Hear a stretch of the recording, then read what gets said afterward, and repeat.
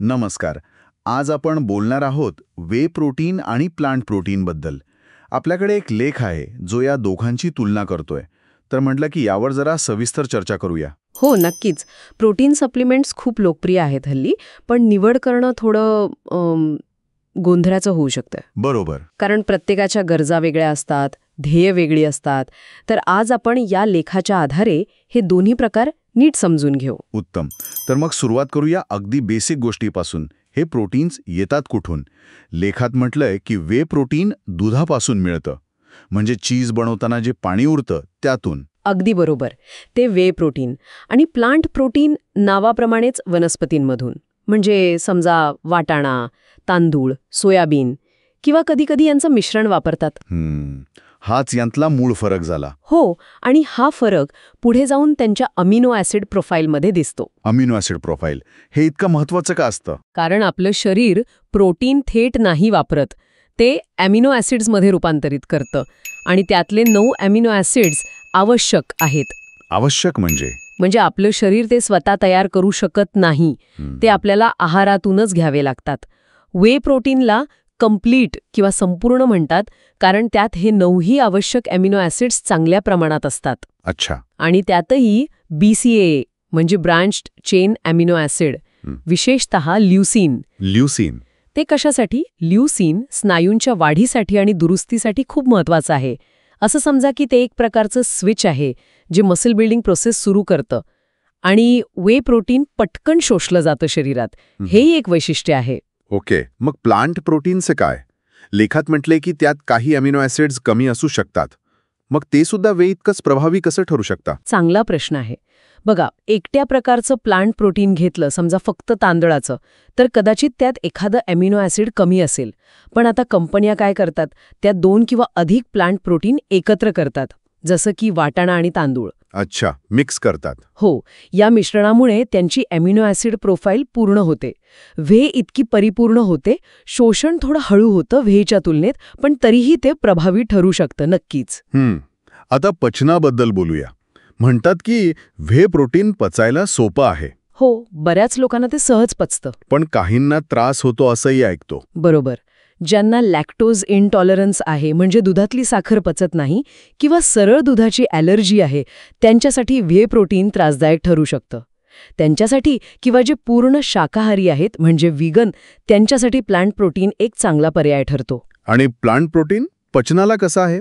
लेखात काही फायबर किंवा फायटिक ॲसिडचा उल्लेख होता. साधारणपणे प्लांट प्रोटीन पोटाला सोपं असतं.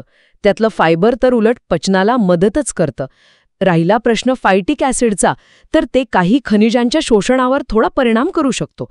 पण चांगल्या प्रक्रिया केलेल्या प्रोटीन्समध्ये हा परिणाम अगदी कमी असतो. म्हणजे लॅक्टोजची समस्या नसल्यामुळे ते अनेकांना सोयीचं वाटू शकतं. अगदी. पण मुख्य उद्देश अनेकांचा स्नायू बनवण्याचा असतो. त्यासाठी लेखात काय निष्कर्ष काढला आहे? वे जास्त प्रभावी आहे का? लेखाच्या विश्लेषणाप्रमाणे त्याचं जलद शोषण आणि ल्युसीनचं जास्त प्रमाण यामुळे व्यायामानंतर स्नायूंच्या रिकव्हरीसाठी आणि वाढीसाठी वे प्रोटीनला थोडं प्राधान्य दिलं जातं. म्हणजे प्लांट प्रोटीन वापरणाऱ्यांनी काय करावं मग? नाही, तसं नाही. लेखात हेही स्पष्ट आहे की जर तुम्ही योग्य प्रमाणात आणि चांगल्या प्रतीचं म्हणजे मिक्स केलेलं प्लांट प्रोटीन घेत असाल तर ते स्नायू वाढीसाठी वे इतकंच प्रभावी ठरू शकतं. अच्छा. फरक असेल तर तो कदाचित रिकव्हरीच्या वेळेत असू शकतो. काही अभ्यास असं सुचवतात की प्लांट प्रोटीनने रिकव्हरी थोडी संथ होते.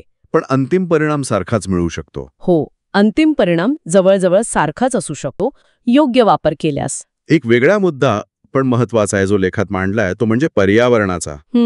हो, आणि हा आजकाल खूप महत्वाचा विचार आहे. वे प्रोटीन हे पशुपालनावर आधारित आहे. त्यामुळे त्याचा कार्बन फुटप्रिंट जास्त असतो.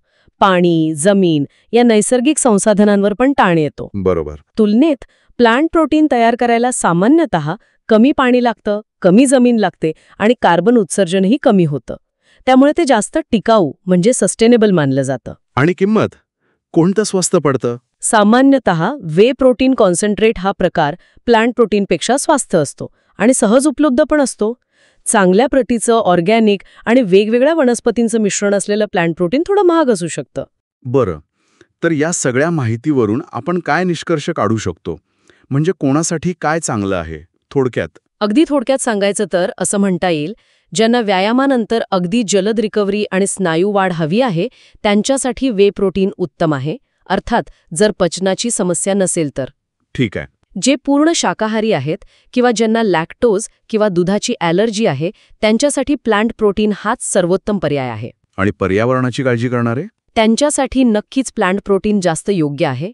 आणि बजेटचा विचार करणाऱ्यांसाठी त्यांच्यासाठी वे प्रोटीन कॉन्सन्ट्रेट बहुतेक वेळा जास्त परवडणारा पर्याय असतो. म्हणजे निवड ही फक्त प्रोटीन कुठलं यावर अवलंबून नाहीये, तर आपल्या गरजा, आपली जीवनशैली, बजेट आणि आपली मूल्य काय आहेत यावर पण अवलंबून आहे. अगदी बरोबर बोललात. निवड खूप वैयक्तिक आहे. आणि जाता जाता एक विचार मनात येतोय, आपण वे विरुद्ध प्लांट यावर इतकं बोललो, पण आपण जे सप्लिमेंट निवडतो त्यात प्रोटीन व्यतिरिक्त इतर काय काय गोष्टी आहेत? म्हणजे त्यात अतिरिक्त साखर किती आहे, कृत्रिम गोडी आणणारे पदार्थ आहेत का, फिलर्स किंवा प्रिझर्वेटिव्स या गोष्टींकडे आपण किती लक्ष देतो? मला वाटतं प्रोटीनचा प्रकारा इतकंच हेही महत्वाचं आहे, त्यावरही विचार करायला हवा.